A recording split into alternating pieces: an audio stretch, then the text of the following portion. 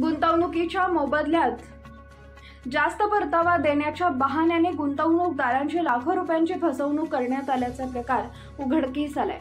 या प्रकरणी मुंबईतील एका व्यक्तीवर चतुश्रृंगी पोलीस ठाण्यात फसवणुकीचा गुन्हा दाखल केलाय।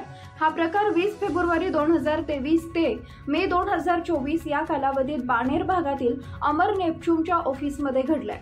याबाबत शरण नारायण पाठक वय वर्ष 79 राहणार कोथरूड पुणे यातील चतुश्रृंगी पोलीस ठाण्यात फिर्याद दिली आहे। यावरून समीर गुलाबराव थिटे वय वर्ष 42 राहणार राज लिगसी ABS रोड विक्रोळी पश्चिम मुंबई यांच्यावर भारतीय दंडविधान संहिता कलम 406-420 नुसार गुन्हा दाखल केलाय।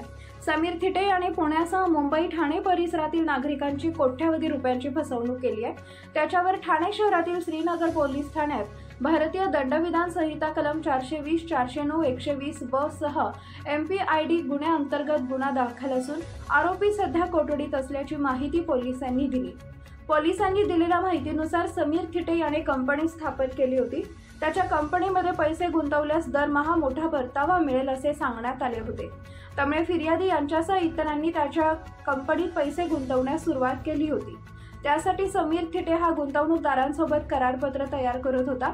सुरुवातीचे काही महिने त्यांनी गुंतवणूकदारांना परतावा दिला होता, मात्र त्यानंतर समीर थिटे याने गुंतवणूकदारांना परतावा देणं बंद केलं होतं।